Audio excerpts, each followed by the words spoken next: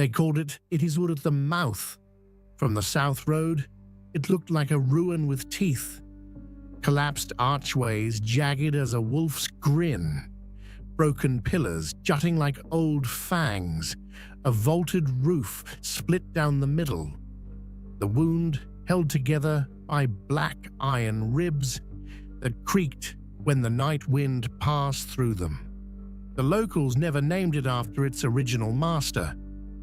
Titus the Conqueror, Titus the Butcher, Titus the Father, who fed grief to the world and then ate what grief returned. Time had swallowed all that. What remained was the hunger, and that was easier to name. At dusk, when the last swallows stitched the sky shut with their flight, the four travelers reached the hill and stared down. The mouth breathed a ribbon of mist out of its doors. The hill grass leaned away. "Place has a stomach," Severin said, spitting to the side. His spit steamed. "It has a legend," Lucia corrected, and pushed her spectacles up the bridge of her nose. She kept a leather folio hugged against her ribs. Its strap had cut a permanent line into her cloak, the way a secret cuts into a person's life. "If you believed in legends, you wouldn't come." "I don't believe in anything that can't be sold," Severin said, and patted the dagger at his belt. He was broad-shouldered and sunburned, a strip of cloth tied around one bicep where a bite had healed too ugly to look at. The cloth let him forget the teeth marks. Nothing really healed if you had to cover it. Marcus had already started down the slope. He turned and grinned up at them, boyish despite the gray at his temples. "Wine, a roof, a story for the road," he called. "That's all I'll take." "Don't take what's offered," Elara warned softly. She was small and quiet, her braid as dark as wet bark, and she stood with that very particular stillness of someone listening to more than wind. "Not from a place with teeth." "It's a building," Marcus said. "It has columns, not incisors. Come on." They followed him down, even Elara. Hunger drove a person to compromise. The road had been lean for 2 weeks, and the caravan they were meant to meet at the crossroads had never arrived. When you measured days in dry bread and counted luck by how long your boots held, superstition felt like an extra weight. You put it down wherever you could. The mouth's doors hung open. The right-hand one had been scorched in some long-ago fire. The left-hand one bore rows of little grooves, like a harp had been played across it with a knife. Inside, the air pressed up against their faces as if the hall were exhaling, and only now, in greeting, remembered to inhale. They stepped forward into torchlight. The torches hadn't been lit when they arrived. None of them had struck flint.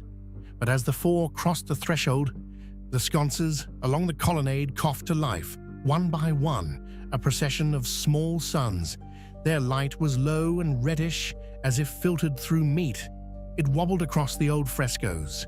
Processions of soldiers with spears, women in veils, a boy with a crown of thorns that was not a plant, a table piled with things that were not fruit. "The accounts were right," Lucia whispered, her voice trembling between horror and delight. She took out her folio and flipped it open to the rubbing she'd made in a scriptorium 2 towns back. A stylized carving, a table, and a man with a hand raised, a hand with a knife. Above, cuneiform letters in a dead tongue that read, "The living share what the dead demand." "I share nothing," Severin said. "We're not here to pay respects. We're here to shelter." "Shelter we have," Marcus said. "Look." The hall yawned wide and long. Its centerpiece was a table, one slab of oak hundreds of years old, its surface warped into oily swells that reflected firelight like wet eyes. The chairs along either side ranged from simple stools to high-backed things with armrests carved into snarling dogs. At the head stood a throne of sorts, lower than a king's would be, but broader, with a ridge where a head could lie back and see everything that approached. Elara kept close to Lucia, fingers in the scholar's sleeve. "Do you smell that?" "Grease," Lucia said. She could smell tallow and lamp oil and something baked too long in an oven. But beneath, faint like a memory, the iron salt scent that had haunted old temple floors. "It's not fresh." "No," Elara said. "It's never fresh. That's the problem." Marcus ran a hand across the table. His palm left a print in the grime. When he lifted his hand, the print filled with shine, as if the wood oozed up to taste him. He laughed and wiped his palm on his trousers in a show of contempt that didn't quite hide the shiver in his skin. Marcus ran a hand across the table. His palm left a print in the grime.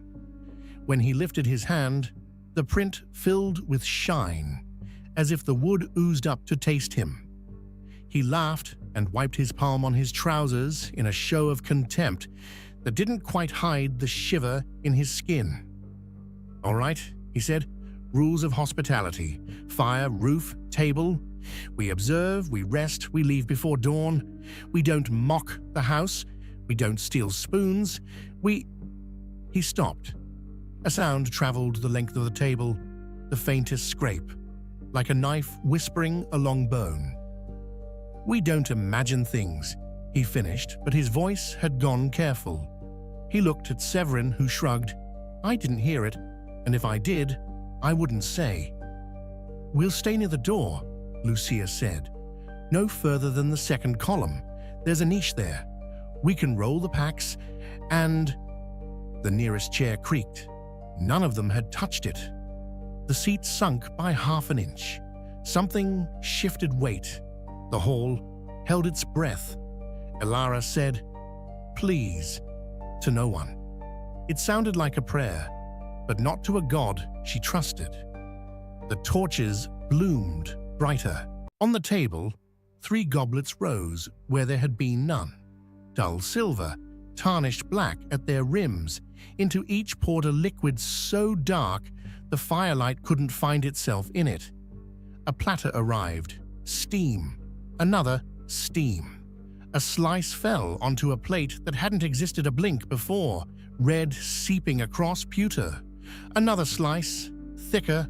Another. Marcus, because he was the one who did not scare and did not stop, stepped forward and said, "You see? I'm a guest."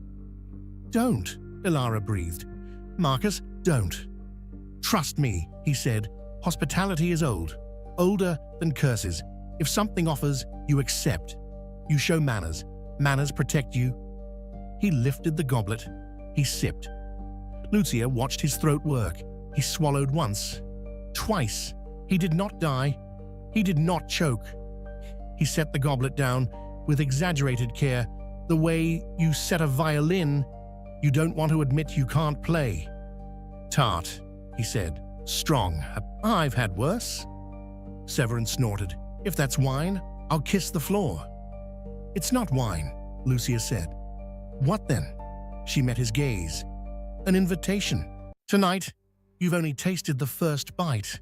Tomorrow, the banquet continues."